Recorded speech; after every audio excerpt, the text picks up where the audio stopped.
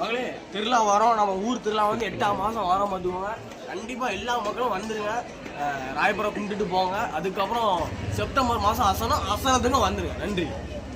நம்ம ஊரில் வந்து நம்ம ஃப்ரெண்ட்ஸ் எல்லாம் பாருங்க, எப்பவுமே பார்க்க முடியாது. ரொம்ப பிஸியாக வேலைக்கு போய் ரொம்ப பிஸியாக இருக்காங்க.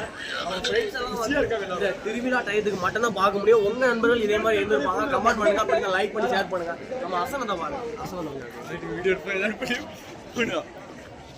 ஊரை குழந்திடும் பொழுது பாடுங்கள் இறை குலமே, இறை காந்தை மனதுடன் தேவனை வழிபட வாருங்களே.